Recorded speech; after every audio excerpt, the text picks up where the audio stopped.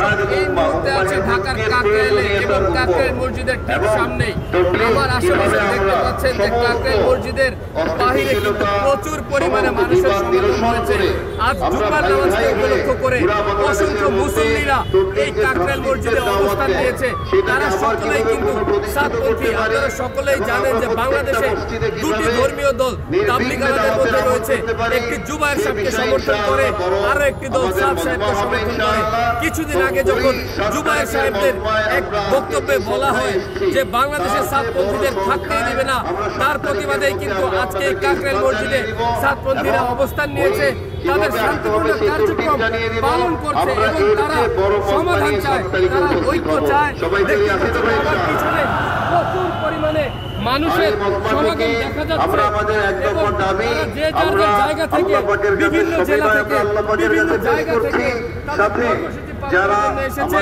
আমরা এখানে একজন সাতপন্থী লোকের সাথে কথা বলবো। আসসালামু আলাইকুম, কেমন আছেন? আপনি কোথা থেকে এসেছেন? উত্তরা থেকে। আপনাদের কার্যক্রম সম্বন্ধে একটু সংক্ষেপে যদি বলতেন। কার্যক্রম সম্বন্ধে বলতে হলে আমাদের এখানে আমাদের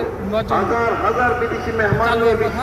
এখানে আমাদের যেটা আমাদেরকে কাকরাইল ইস্তেমার ময়দানে দিতে চায় না। এটা একটা দাওয়াতের মেহনতের তবলিগের মেহনতের একটা মার্কাজ।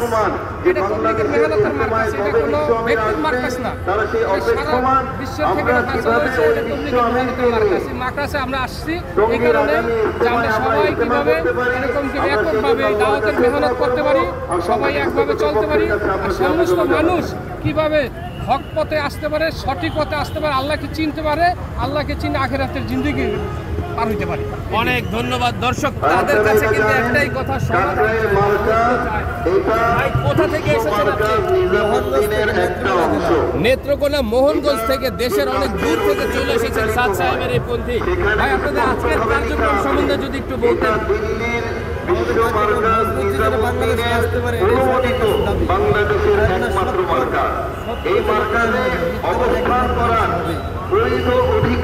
অনেক ধন্যবাদ। দর্শক দেখতে পাচ্ছেন অনুসরণ করে চলছে। এই কাকরাইল মসজিদে অবস্থান নিয়েছে। মসজিদের ভিতরে যেমন প্রতিটা কানে কানে পরিপূর্ণ হয়েছে সাদ সাহেবের পন্থীরা, তারা প্রচুর পরিমাণ লোকের কারণে বাহিরেও তারা চালিয়ে যাচ্ছে। তারাই দেশেই থাকতে চায়, তারা কোনো উগ্রতা চায় না, তারা কোনো বিভক্তি চায় না, তারা ইসলামের ঐক্য চায়। তারা বৈষম্যের শিকার হয়ে